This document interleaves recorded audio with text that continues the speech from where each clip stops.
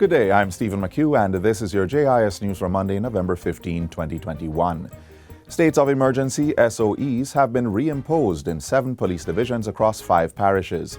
The SOEs, which took effect at midnight Sunday, have been initiated in Westmoreland, St. James, and Hanover, as well as St. Andrew South, Kingston Western, Kingston Central, and Kingston Eastern.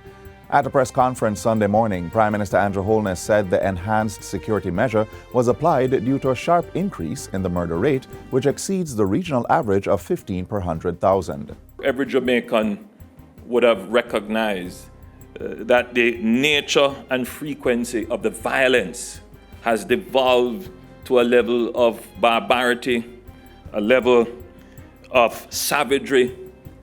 It is almost a competition for cruelty. The worst of the worst, and it appears to be designed, properly calculated to drive fear into the citizenry of the country and panic in communities. The Development Bank of Jamaica, DBJ, says to date it has approved $1 billion to 9 participating financial institutions under its SERVE program. Of that amount, more than $536 million has been dispersed to micro, small, and medium-sized enterprises, MSMEs. The DBJ SERVE program consists of $3 billion in low-interest loans and grants to help businesses recover financial loss from the pandemic and purchase digital technology equipment and receive technical support. Managing Director Milverton Reynolds says there is an overall $2.9 billion in demand for take-up. Based on the demand that we're seeing and the indications that we're receiving from our financial institutions, it is very clear that we really are going to be oversubscribed for the loan facility. We are extremely proud of the progress we have made and are using every chance we get to let every Jamaican entrepreneur in the MSME community know and make use of the product and services under the SERVE program. Mr. Reynolds was speaking at the recent launch and signing of an agreement between the DBJ and the Jamaica Technology and Digital Alliance for the Go Digital Marketplace. Government is stepping up efforts to provide modern medical equipment for hospitals and health centers. Health Minister Dr. Christopher Tufton says the ministry is reinitiating a project that will direct action to address these issues over the next 5 years. We have started under the investment IADB, the IADB funded health services support project, where an investment for this particular purpose of over 700 million Jamaican dollars would be made for medical equipment at the Spanish Town Hospital, St. Anne's Bay Hospital, and the Maypen Hospital.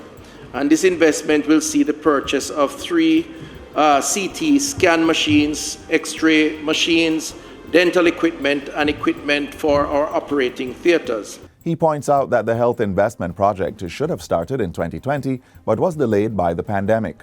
It is part of the ministry's 10-year strategic plan to meet the changing demands for current and future healthcare services.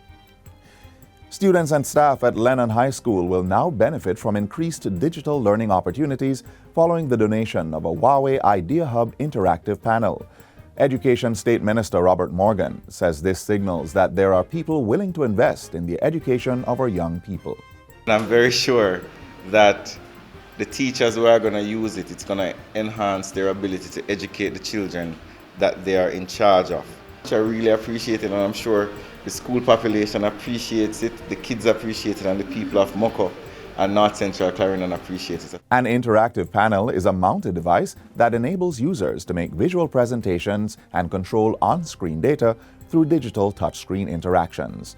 Lennon High is now one of 2 schools in Jamaica that have access to this technology. And finally, the St. James Municipal Corporation says it will be tightening measures to crack down on street vendors who continue to operate outside of the designated vending areas in Montego Bay.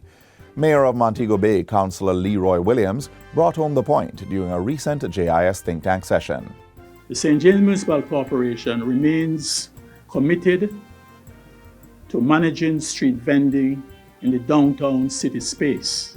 Even though we have put structure in place to facilitate orderly vending, itinerant vendors continue to flout the rules and regulations governing our city space.